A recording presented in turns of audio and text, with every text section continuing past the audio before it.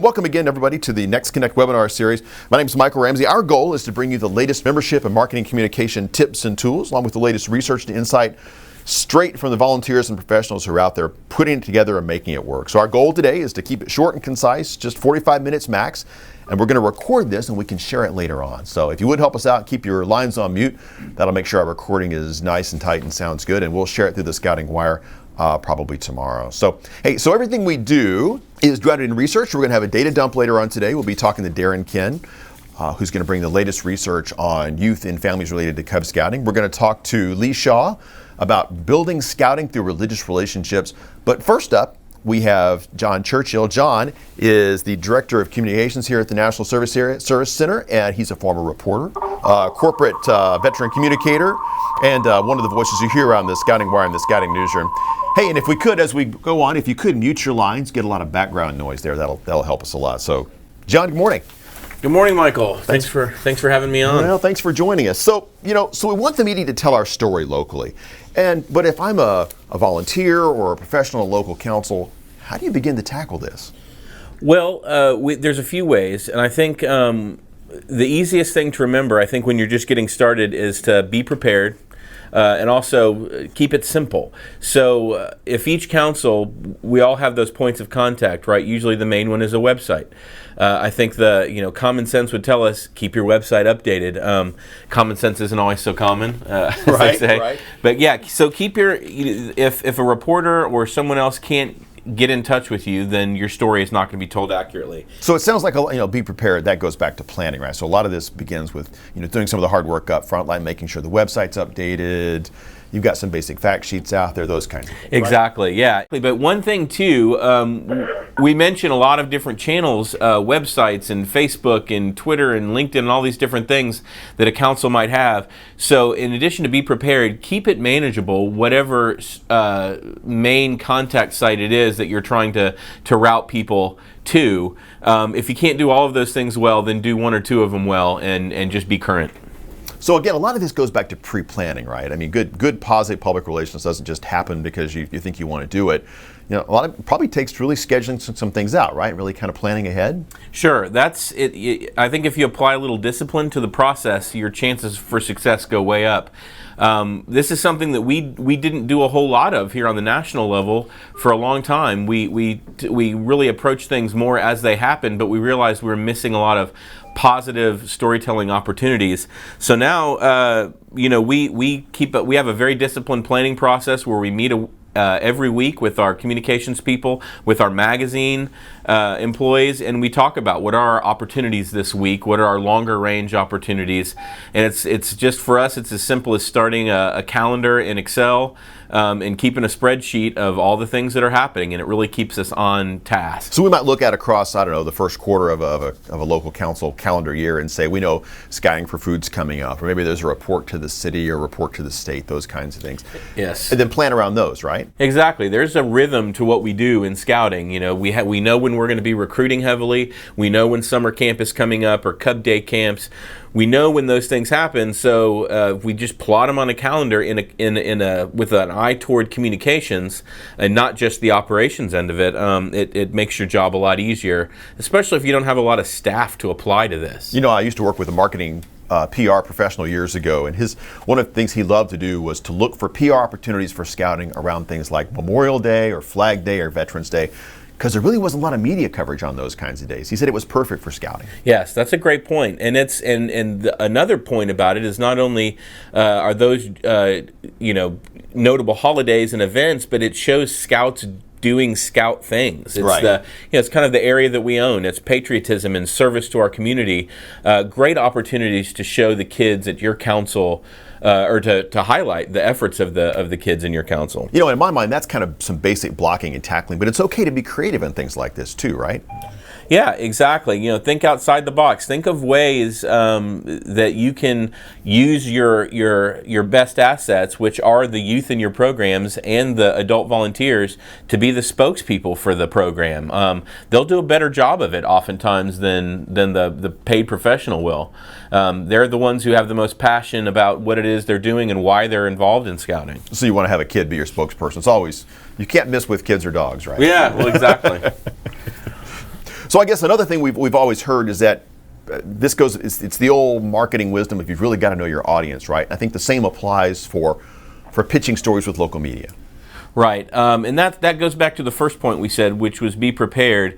If a reporter can't find contact information or more information about scouting, the interest in the story might wane. And so if you're proactive about that, and you're proactive about building up a network of your local media professionals or bloggers or anybody who might have access, to a computer nowadays, is I guess how they define who's a reporter and who isn't. But understand the types of stories that they write. I think it's once again common sense. Don't send your scouting service story to the sports reporter. They might not care about it. In fact, I can tell you they won't care about it. But who writes stories about community activities? Who's a feature writer? You might have units celebrating significant milestones and things that you might not really think of as newsworthy, but it's a great way to at least introduce the topic of scouting to the news media. Right, because there are reporters and they do have specific beats, right? So you will have a sports is a great example, but you might have somebody who focuses more on government. You might have somebody that focuses more on soft feature kind of stuff. And that might be the person you send your scouting cooking story to or something like that. Exactly. I think every part of the program is another opportunity to tell a story of scouting. And so part of it is spending a little time snooping around either online or making phone calls to your media outlets to figure out who writes about stories like these, who cares about these types of things, and you'll help make their job easier. A great way that you see reporters interacting with people nowadays is on Twitter and Facebook. They'll put out a call. Does anybody involved in this type of community activity? And if you're following them or if you're aware of what their needs are, it's a very easy process nowadays of interacting with them. Very good. And of course, I guess you have to keep in mind too, in some communities, you have a strong Spanish language media community there as well. And that can be intimidating, right? Sure. But once again, I look at that as a segment of the media that has a story to tell to a specific audience. And so our story resonates with that audience as well. It might just be in a little different way. It might be more family. What's the family angle in right. Scouting and what we're doing?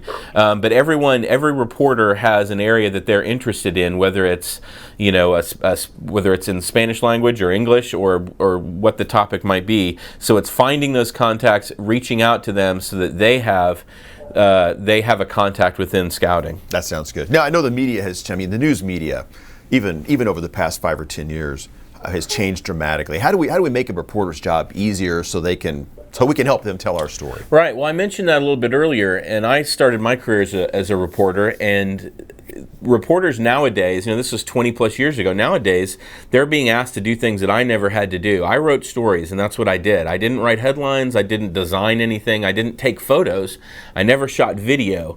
Nowadays reporters are doing all of those things. So I think the key is think to yourself, how can you make that task easier?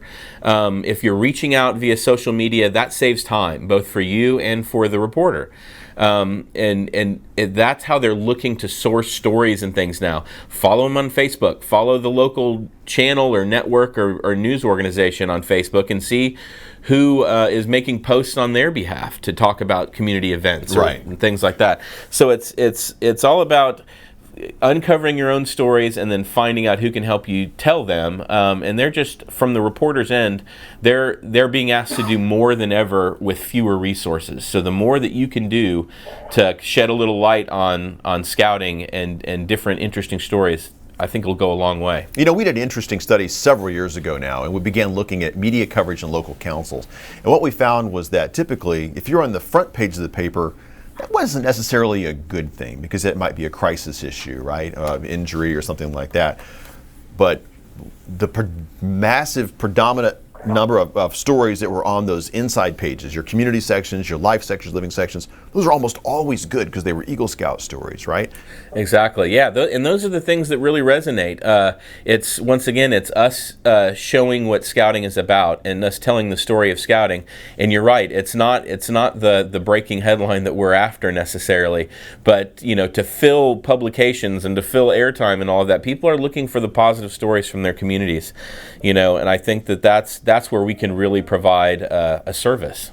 Are photos still worth 1,000 words? They might be worth more than that nowadays. Well, because especially if you're thinking about social media, if you look at Facebook, for example, which just about everybody's a member of, stories that have an image with them are clicked on by a huge factor higher than just a text story alone. So even if you're just set up some sort of a mechanism where you're sharing images from your events, you're doing a lot more than most people, and I think you stand a much greater chance of being covered and telling your story effectively. And even if you're not reaching out, as long as you're capturing images and posting them on your own networks, your own Facebook page, your own web page, your own Flickr feed, you're helping to tell the story of scouting in your community. So, just for instance, day camp may be coming up, right? And you know, unless you have a lot of kids coming to day camp and it's a huge event. You may not have a real story there, but you might certainly have some great photo ops of kids doing things, right? Sure, exactly. And images tell the story nowadays. That's what kids especially are clicking on. That's what, and adults start to follow suit after a while. We feature things all the time on our Facebook pages and in our magazine Facebook pages that are just images from events. What are the top 10 cool places that scouts have camped in? That's just a photo. There doesn't need to be any more than that. So think in terms of visuals, in terms of imagery, and you'll be ahead of the game. Very good. Hey, we appreciate it. Thanks for your time today. All right, thanks, Michael. All right, we appreciate it. Hey, so next up, everything we do is grounded in research, including campaigns and developing materials, those types of things. So each month we have a quick section of research we call the Data Dump with the latest research and information. So today we have Darren Kinn. He's Experience Manager for Cub Scouting. Darren, welcome. Hey, thanks, Michael. Pleasure to be here. Hey, so what have you got for us today? Well, I'd like to talk a bit today about market size. So if we're talking data, market size is a great place to start. And it's really astounding to think about, but the U.S. population is growing at an incredibly fast pace, as we all know. But these stats will blow your mind. There is one birth every 8 seconds in this country. Absolutely. And one new migrant is making his or her home in the U.S. every 29 seconds. So when you factor in migration outflow and death, of course, we average a net gain of one person every 17 seconds in the U.S., and that is absolutely amazing growth. That is tremendous. So it's not just adults, that includes kids too, right? Yeah, yes it does. And of interest to us in the BSA, particularly those of us focused on Cub Scouting, when you break down the population numbers by age, there are 4.1 million boys aged 6 to 7 in the U.S. today. That is a large market, and of course, it really is our sweet spot in recruiting new Cub Scouts. So you mentioned recruiting. So how did we end the year in Cub Scouts? Well, overall, Cub Scouting was down versus the same time last year. So we ended the year down about 2.6% in youth members and down 2.5% in units, packs. But in spite of those declines, there were some really, really positive trends happening. So throughout fourth quarter, the organization recruited more new Cub Scouts than we recruited a year ago. And in fact, about 5,000 additional incremental new Cub Scouts per month were recruited over and above what we recruited those same months a year ago. 5,000 new Cub Scouts a month. That's great news. Yeah, and when you look at that recruiting number, it really is a positive, sustained trend throughout the fall. So it's more than just a fluke. It really is a positive trend, and we're very excited about that. That's great. Big congratulations goes out to all the folks in the field, the DEs, district committees, volunteers, and others who really put themselves on the line to make that happen. So big congratulations. And so we're talking about growth, but really which is certainly recruitment, but there's a retention component to that too, right? Yeah, and we're trending there as well. So to close the year, Cub Scouting retention rates were up about 3 percentage points above where they were a year ago.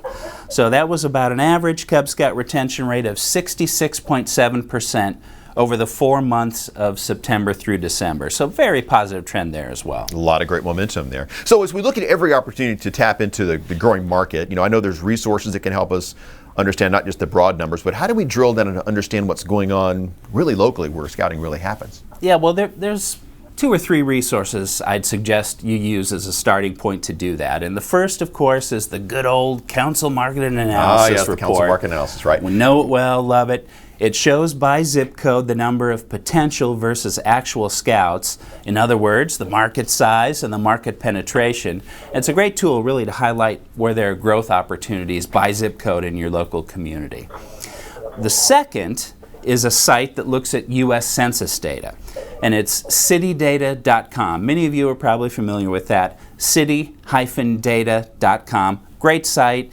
It shows detailed demographic information on each city and town, things like the population by age, rate of population growth, ethnicity breakdowns, numbers of renters versus homeowners, and it also shows the names and addresses of schools in each zip code. So very, very helpful resource there. Very nice. The third is really cool. It's an interactive map created by the Demand Institute.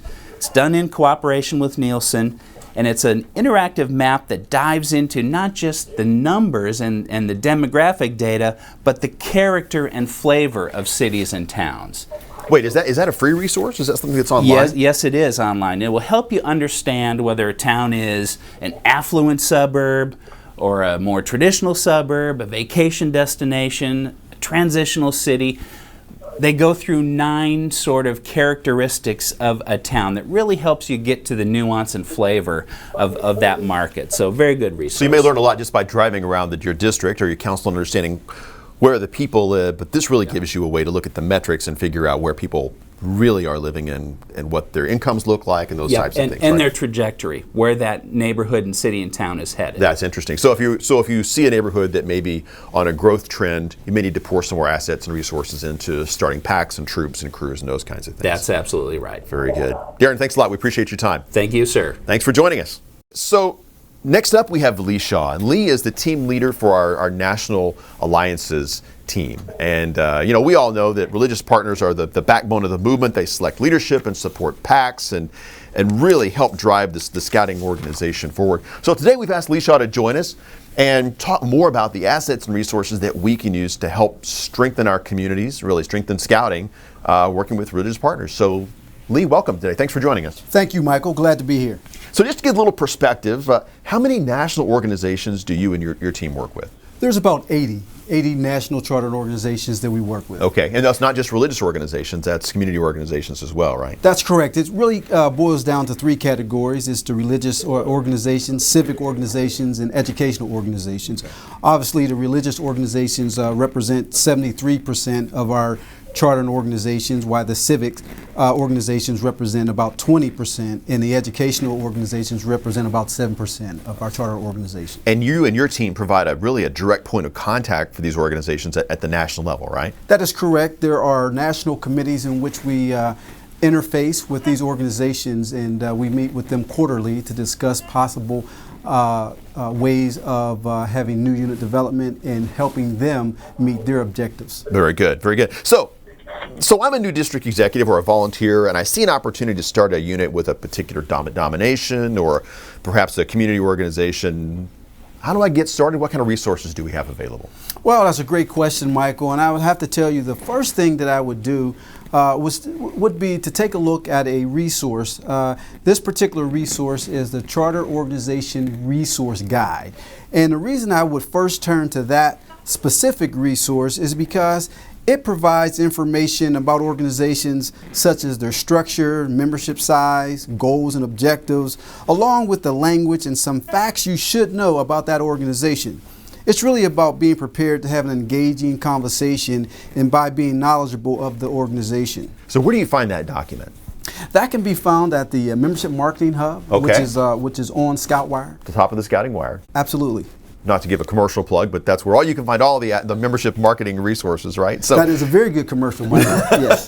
So I know every situation is different, right? I mean, when you go have a conversation with someone at the Catholic Church versus someone at the Lutheran Church, those types of things, and everything's different. So I'm assuming there are assets and resources that are specific to those denominations too, right? That is it. And I have to tell you that that's probably the most powerful aspect of that resource guide, because it lists all of those chartering organizations and it allows you to actually see what needs to be done when approaching different types of organizations. I'll give you an example. Okay. When you want to take a look, there's a district executive who says, man, I have a Christian Methodist Episcopal church and I really need to know a little bit about that particular organization. Well, this guide will lead you through in terms of who should I contact first and what is that individual called. Okay. So in that particular congregation or church, it would be the minister. He is the individual that you would contact. But then who is the governing body of that particular church or organization? And that information is also there. In that case, it would be the trustee board. And so when you have that type of information at your disposal, you're able to have a conversation that allows you to be knowledgeable about what's going on and who you need to contact. And when you do have those conversations, it allows them to know that you've done a little homework, or at least you know about their organization. Well, that's really good, because you don't want to blow it on that first visit by either going to visit the wrong person or getting maybe titles wrong, or maybe there's some other thing that you didn't know about that particular denomination. And maybe this is a basic sales technique, but I think the goal of your first meeting really is to get that second meeting, right? Absolutely. The first meeting should primarily be used to listen and learn of the needs, desires, and objectives of the potential charter partner. It should be about helping them discover a solution to a need of their church or community or membership, possibly through scouting. And so you really do want to establish in that first meeting a dialogue that allows you to learn and listen and not necessarily sell anything, because what we have to do is be sure that we can provide them a solution to some of the issues or challenges that they're facing. I think that's a really powerful point. It is probably for a new district executive in a role, just for example, to say, hey, who has maybe a goal of helping start more units in his district, to walk in and say, my goal is to start a district. And really his goal probably should be, how can we help that charter organization do a better job of serving their community? That would be a great Is that approach. overstating it? But very interesting. Listen, thanks so much for your time today. I know we also, we were trying to connect with Charles Ogilvie. I don't know if Charles is on the line or not. Charles, if you're there, if you could unmute your line. Yeah, I'm here. Hey, good morning. Thanks for joining us. Good morning. How are you doing today? We're doing terrific. Tell us, where's home for you? I live in Lyon County, New Jersey, in the Lyon City area. Very good. Well, we asked Charles to join us today because Lee had recommended that we visit with you about some great success stories and some great work you're doing in your district. So we'd love to visit with you for a few minutes about that. Sure. Also on the line is my chairman of my committee, Bishop Robert Hargrove. Are you on the line, sir? Yes, sir, I'm here. All right. What we did was, I started off first by meeting with, we have an organization down here called Fellowship of Churches, and that's many different denominations. And I went there a few times, and I was very fortunate enough, as I gave our presentation, to meet the bishop, Bishop Robert Hargrove, and me and him spoke, and I was able to recruit him to be my spokesman with the other pastors and clergy in our area. I believe that he can tell you how many churches, like 48 churches. And we was able to start a program where we started this year, we started 5 new units in the churches, and we also transferred 2 from the schools to churches. And we used the program, the bishop can tell you about. Bishop, what's the name of your program? SOS, Saving Our Sons. For the boys to men? Yeah, the manhood development with the muddy lines, that's the manhood development aspect of Saving Our Sons. So that's called Saving Our Sons SOS, right?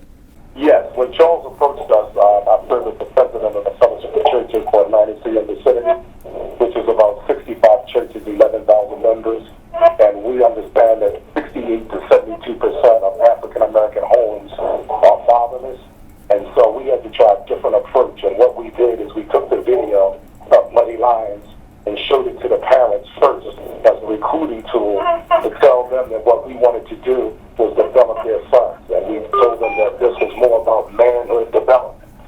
And what I was able to do is talk with the pastors, and we created a slogan that everybody could catch, SOS, Saving Our Sons.